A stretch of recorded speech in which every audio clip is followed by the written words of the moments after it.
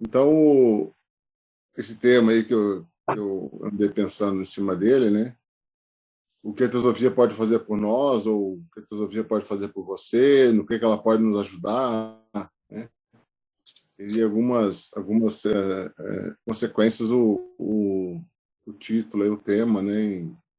No sentido de que a teosofia, como a gente consegue aplicá-la em nossa vida, né? Nesse tema também, primeiro que, falando que é uma conversa, um bate-papo aqui com a gente, eu não vou assim destrinchar um conteúdo teosófico como um livro, por exemplo, com começo, meio e fim, né? Não é um conteúdo livresco de imediato, né? Seriam reflexões mesmo, eu como membro de alguns anos já, e são destaques que eu fiz, né? Temas de destaque, que não estaria numa sequência de um livro, em capítulos de livro, né? Para nossa reflexão. Mas gostaria de adiantar também o que a teosofia, já respondendo o tema, o que a teosofia pode fazer por nós é que nós temos que nos trabalhar. A responsabilidade é de cada um de nós, né? A teosofia é um assunto vasto e amplo, com enorme literatura, né? Mas já respondendo o tema, é a gente que vai ter que fazer por nós mesmos, né? A gente vai interessado nesse tema tão vasto e interessante, né? E de grande esplendor para quem consegue colocar isso em prática. Tá ok? Você, João, pode passar o primeiro slide, então, fazendo um favor. Certo. Bom, então eu vou fazer esse primeiro destaque aí, né, no conteúdo todo. São dois destaques apenas que eu faço no início, que é a respeito da hierarquia oculta, né? Hierarquia de adeptos, a grande fraternidade branca ou hierarquia criadora, né?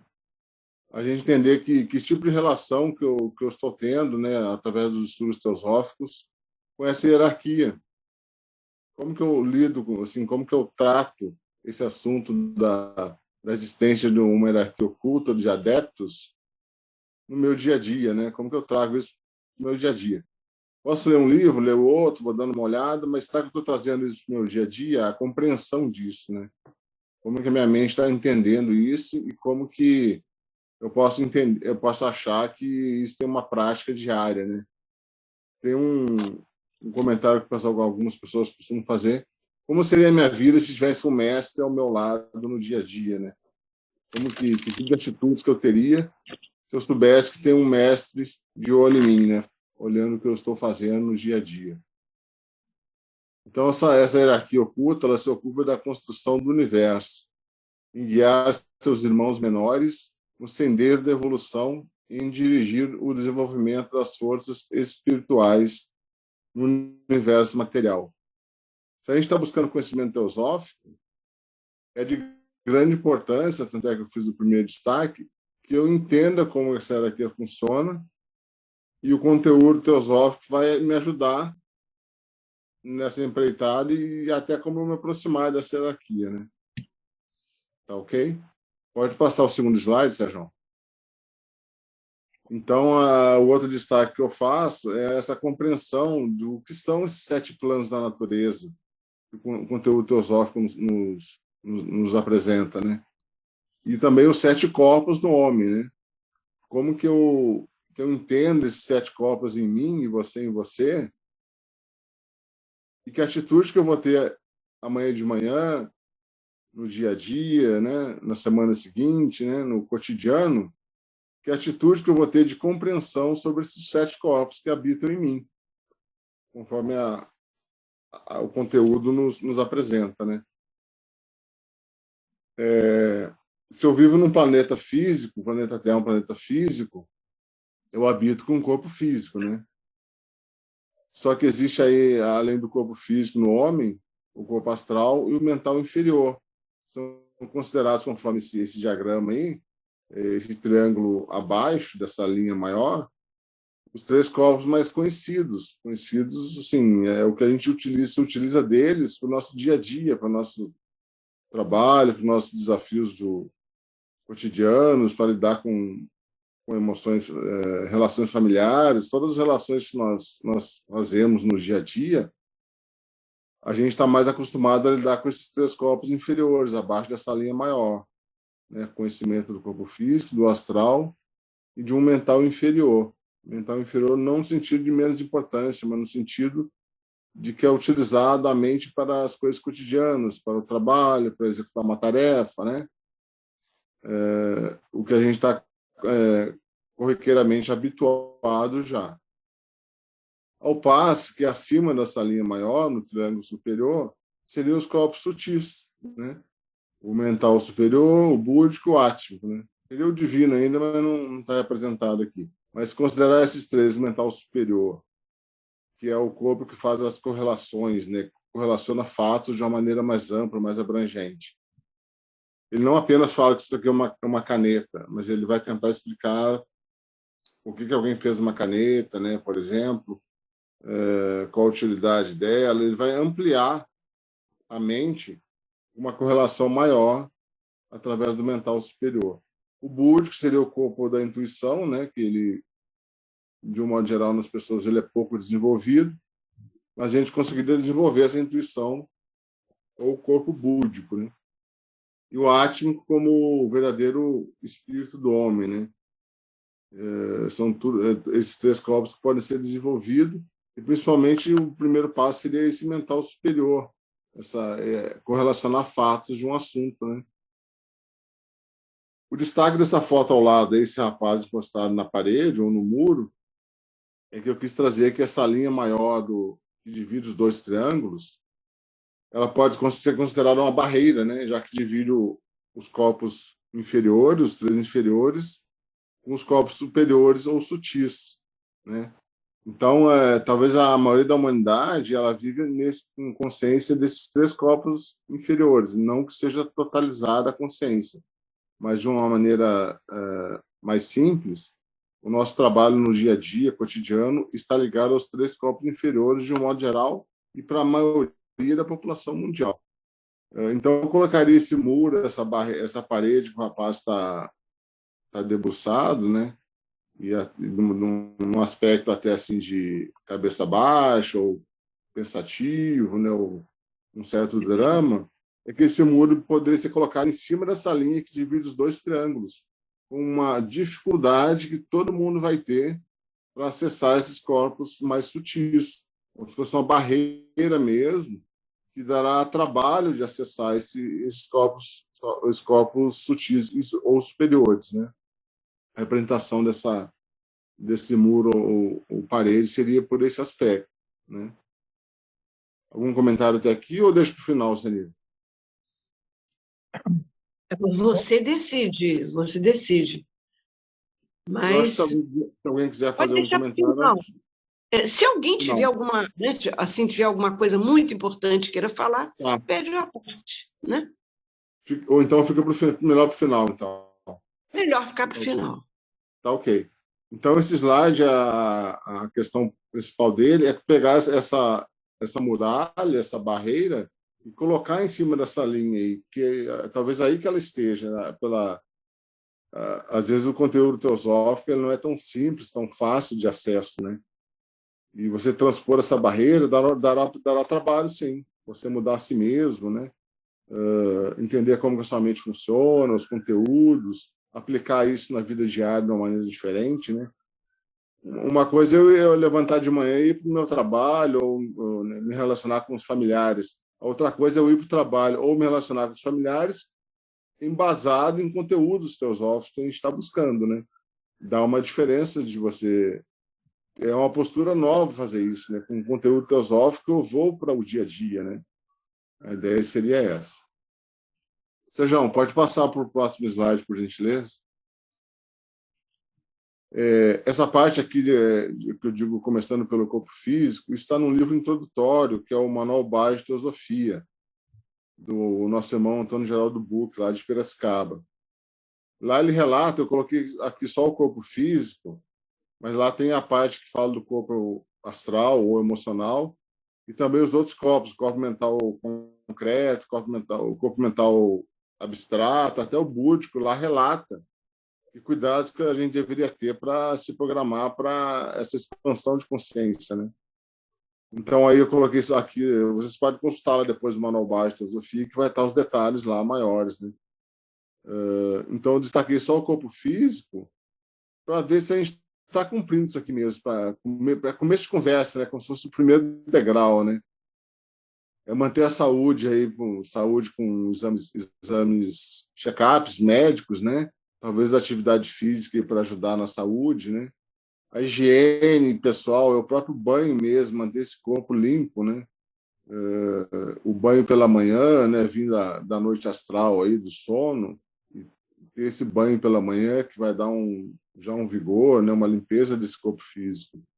A hora que fala da alimentação adequada, não tem como fugir aí da questão do álcool e da carne também, né? Para uma purificação maior desse corpo físico, né? E a meditação. Então, esse banho matinal é sugerida a meditação para começar a cuidar desse corpo físico aí, que às vezes a gente não... Ele se apresenta meio rebelde, às vezes não quer fazer muitas coisas, pode ter preguiça, esse tipo de coisa. Mas eu gostaria que vocês pesquisassem lá no Manual Básico de Filosofia a questão dos outros corpos, o que fazer com os outros corpos, o deverzinho de casa aí. Tá ok? Pode passar, Sérgio. Bom, esse esquema aqui está no livro A Ciência do Yoga, do Time,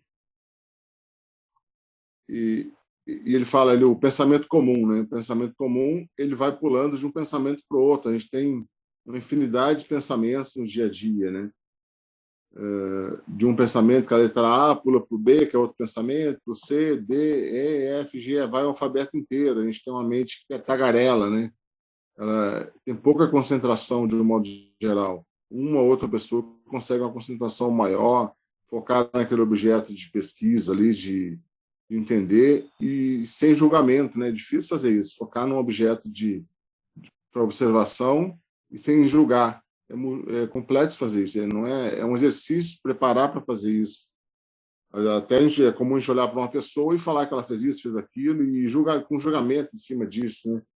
Então, não seria o mais adequado para a expansão dessa consciência.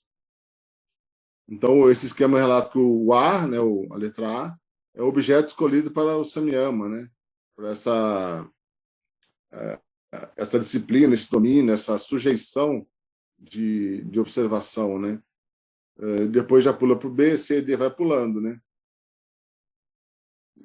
Chamadas distrações que essa mente tem, não está focada.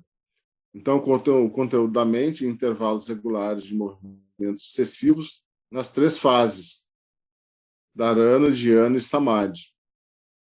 Pode ser representado pela série seguinte de pratyayas, que é o conhecimento, né, inteligência, noção, o instrumento, o meio de ação ou agente cooperador. Estão todos presentes na mente. E o ciclo ao redor dessas letras representa a nossa consciência mental. Ela quer estar presente, eu estou consciente, a minha mente está consciente. Só que olha lá embaixo no Samadhi, na letra 7 e 8. Não há essa consciência mais, essa consciência mental. Há apenas a observação do objeto sem julgamento. Okay? Então, isso aí tudo é treinamento. Treinamento dessa mente que ela é como exageradamente como um cavalo selvagem, e cada hora quer ir para um lado ou para o outro e perde o foco da ação. Sandra, João, acho que pode pensar. Pode falar, Senira. Não, é que eu queria reforçar. Eu acho esse esquema aí excelente. Esse esquema é muito, muito interessante, né? Que só que ele sumiu aqui do meu... aqui. Quer dizer, a gente percebe o seguinte, que no pensamento comum estão circulados todas as letrinhas porque a atenção está dispersiva, não é isso? Uhum. Ela tá se voltando para A, para B, para C, para D, E, F, etc. Numa situação de mais progresso, que é o Dharana, né? Vamos dizer assim, uma primeira etapa de concentração, de meditação, a gente percebe que ela está dividida entre o A, o B e o C, quer dizer, diminui Isso. Né, a dispersão diminui. E assim vai diminuindo até que ela fica no samadhi, que é a síntese, né, que é a etapa mais adiantada de concentração, em que fica só um objeto no foco da atenção. Muito interessante, né? Muito Exatamente. interessante. Esse ciclo também fala que representa a consciência mental. A consciência mental querendo controlar a observação, né? Por isso esse círculo. Está no livro A Ciência do Yoga, do Time, na página 223, esse esqueminha. Isso. É um sutra lá para... Pode continuar. Obrigado pelo abaixo. Pode passar. Bom, aqui eu coloquei na sequência do yoga como que a nossa mente pode funcionar nessa busca de conhecimento espiritual, né? Essa busca de conhecimento para transformá-la em sabedoria, né? Então, a literatura indica que, de um modo geral, a gente age de 3 maneiras distintas, né? Cada pessoa agiria, pode ter uma ou duas, mas teria uma predominante nessa coisa toda. E no final, daria, ela já chegando em Samadhi, seria o Raja Yoga final, né? A compreensão do yoga total. Então, eu posso ter um interesse como um Jnana Yoga, né? Eu sou literalmente o conhecimento, o cara que vai estudar muito, vai querer livros para estudar, né? Esse é o Gnana Yogi. Exatamente é o conhecimento supremo ou divino adquirido através do yoga. É a pessoa que quer ler muito, quer estudar, quer buscar o conhecimento pela leitura, pelo mental de compreensão literária, né? Já o Bhakti Yogi, o buscador que é Bhakti, seria uma devoção de amor, fiel ou amorosa devoção. É yoga, o sendeiro de devoção. É a pessoa que gosta às vezes, do santuário, do templo, né? Ele se sente bem no templo. Talvez ele não estude tanto assim a pesquisa literária, né? Mas a presença no templo lhe é importante. Ele aprende ali só com a presença no templo, no santuário. Ele consegue intuir muitas coisas, né? Já o terceiro, o Karma Yoga, o Karma Yogi, é a ação, né? A união com o eu divino através da ação. É o sendeiro de ação ou devoção através das obras, né? Ele vai querer cuidar de animais, cuidar de idosos, trabalho com crianças, com pessoas carentes, né? Sendo que essas sejam executadas as ações como um dever, sem apego, sem intenções egoístas ou interesseiras, sem desejo de recompensa e como uma oferenda à divindade. Ele vai aprender dessa forma, né? Pela ação a outras pessoas, né? A ação sem interesse. E ele sente a necessidade, o Karma Yogi, de fazer dessa forma. Ele precisa botar a mão na massa, né? Aí o aprendizado dele vai ser dessa forma. Vai lutar pelo direito de algumas camadas, né? De alguns setores da sociedade, esse tipo de coisa. Então, só para a gente entender como que a gente funciona, voltar para si mesmo, entender qual maneira que eu funciono dessas 3 aí. Posso ter mais de uma, com certeza, ou até as 3, um pouco. Mas como que a minha cabeça funciona para eu encaixar o tipo de conhecimento que eu vou me dedicar para ficar mais fácil a caminhada espiritual. Esse próximo slide, eu coloquei uma foto da minha família aí. São meus pais, o meu irmão, esse de camisa azul, e no colo da minha mãe sou eu aí com 1 mês de vida, mais ou menos. Essa foto foi no dia do meu batizado aí, em março de 70, né? Eu trouxe essa foto que é da minha família só para a gente lembrar, para eu voltar para essa criança que eu fui, essa família que eu recebi, a família que eu nasci, aliás, os meus irmãos, o contexto familiar, sobre todos os aspectos do contexto familiar, é tentar buscar um autoconhecimento também, o porquê dessa família. Cada um de nós fazer isso com a sua própria família, né? Que herança de conhecimento que eu herdei do pai e da mãe, ou às vezes só do pai, ou às vezes só da mãe, ou tem gente que não teve nem o pai nem a mãe, né? Que tipo de herança que eu tive quando criança, por nascer nesse espaço, né? Na família onde eu habitei. E aí é vasto o que uma família deixa para a criança, né? É muita coisa. Parte social, até a parte financeira também, a gente herda alguma coisa, seja boa ou ruim, vai herdar. mas não esquecer que a origem nossa nessa vida é essa família que a gente tem, essa casa que a gente nasceu, mesmo que não seja ideal, foi o merecimento que a gente teve, né? Então, eu acho assim, pelo que eu tenho buscado esses 20 e poucos anos aí de teosofia, é não esquecer isso, né? Eu trago sempre, quando é possível, alguma reflexão para compreender o porquê dessa família e ajudar no autoconhecimento, ajudar no processo de caminhada espiritual, de caminhada teosófica, esse tipo de coisa. Nunca abandonar essa referência que é importante. Todo mundo tem, umas melhores, outras piores, outras, né, conforme a gente merece mesmo. Serginho, pode passar o slide. Então. Essa foto aí, eu gosto muito dessa foto. Quer falar, irmã? Não. Essa foto aí dessa moça. Pode falar, Senira. Pensando que era sua namorada, mas não é, não. Não é. Essa foto é da internet, essa foto do carro aí. Essa foto eu acho interessante porque, digamos que essa moça estava numa viagem e o pneu furou, ok. Eu vejo que a gente tem um hábito muito grande de reclamar muito das coisas. A gente reclama muito. Como se essa cena aí do pneu furado foi um desconforto, né, da viagem que ela estava fazendo.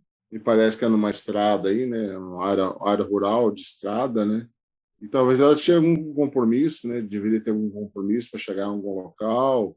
Pode ser um compromisso de trabalho, pode ser visitar um parente, pode ser o velório de alguém que também tem um horário, esse tipo de coisa. Mas quando acontece o não previsto, digamos assim, o não previsto, a gente tem um hábito muito forte de reclamar muito. Então, é uma foto, uma lembrança para a gente entender que, às vezes, as coisas acontecem e tem que acontecer.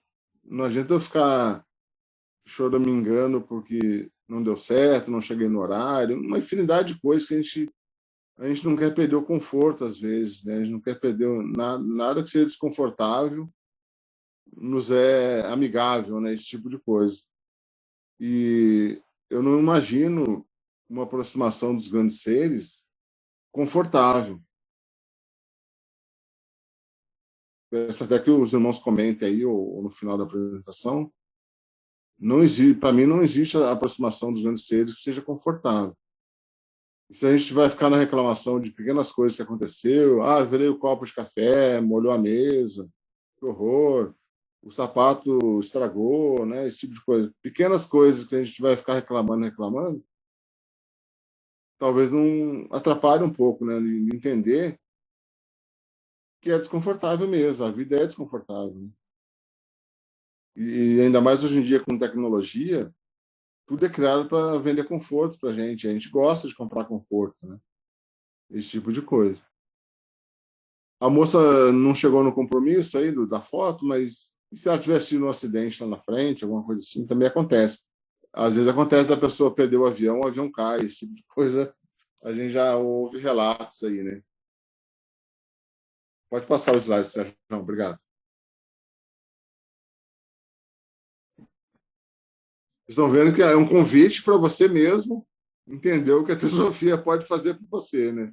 Basicamente, é um ponderamento aqui, uma reflexão em cima disso. Então, a passagem de Krishnamurti aqui, porque o pensamento é capaz de projetar tudo o que quiser. Pesado isso, né? O pensamento projeta tudo o que quiser. É capaz de criar e negar Deus. Cada indivíduo pode inventar ou destruir Deus, de acordo com suas inclinações, gostos e desgostos. Gostos e desgostos, a gente vai falar de plano corpo emocional, né? Plano corpo de desejo, gosta ou não gosta, né? Aquele faz uma relação com a isso também. Só repetindo. Cada indivíduo pode inventar ou destruir Deus, de acordo com suas inclinações, gostos e desgostos. A gente faz o dia inteiro, gosta ou não gosta. A gente fala o tempo todo isso. Isso eu gosto, isso eu não gosto. Será que quando aproximar do mestre você vai ter só coisa boa? A questão é essa. Portanto, enquanto o pensamento estiver em atividade, enunciando, inventando aquilo que se encontra além do tempo, não poderá jamais ser descoberto. Vou repetir. Enquanto o pensamento estiver em atividade, enunciando, inventando aquilo que se encontra além do tempo, não poderá jamais ser descoberto, né? Essa mente do gosto e não gosto, esse emocional, aliás, esse corpo emocional, ele vai atrapalhar para fazer a verdadeira descoberta, né? É o que eu entendo que essa frase do Krishnamurti também vem a nos dizer. Pode passar, Sérgio.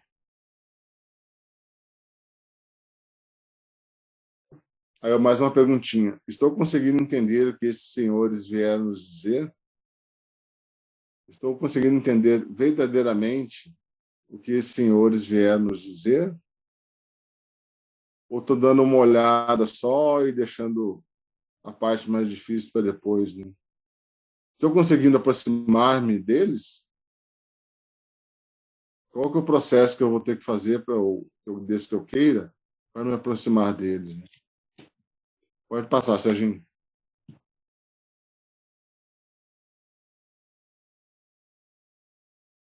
Desperta, irmão, irmã. Essa experiência de Miriam, Sérgio, Gabriel, Pedro, Senira, Maristela, Sandro, ou seja, quem for, nunca mais se repetirá da mesma maneira. Encarnações futuras, né? Será outro corpo. Temos medo de quê?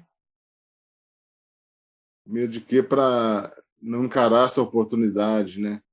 Se estamos numa reunião teosófica, se somos simpatizantes de teosofia, se somos membros da sociedade teosófica, a oportunidade já foi dada, já estamos com a oportunidade em nossas mãos, né? Então, esse encarne aí nas pessoas que nós somos hoje nunca se repetirá da mesma maneira. Será um corpo novo na próxima, né? Uma questão que é interessante também, falando rapidamente aqui sobre karma, tem pessoas que eu tenho ligação kármica, todos nós devemos ter, que não estão encarnadas no momento. Então, eu vou ter que ter uma vida, uma aproximação de algumas pessoas que não estão encarnadas no momento. Ficará para frente, né, para o futuro. E será que lá, na hora de esse cumprimento kármico com alguém, futuramente, eu vou ter a mesma oportunidade de hoje de chegar numa reunião como essa, ou num grupo, numa loja teosófica? Será que eu vou ter essa facilidade de conseguir, como agora a gente conseguiu chegar? Precisamos de força para nos despirmos de nossas carapuças, memórias que atravancam a verdadeira caminhada, bem como pararmos com as desculpas que damos, baseados em nossos condicionamentos de até então. A gente carrega uma memória de coisas que a gente acha isso, acha aquilo, também tem que avaliar se está ajudando ou não nesse aprofundamento da caminhada espiritual, a busca pela senda espiritual, né? Eu falo, acho que o resumo desse slide aqui é o foco nisso aí. Se eu quero mesmo, eu focar nisso aí, né? E com o tempo as coisas vão acontecendo.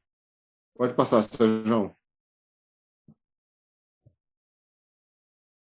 Essa é apenas uma praia bonita ou você vê Deus nessa praia? Que verdade ou consciência crística há nesta cena?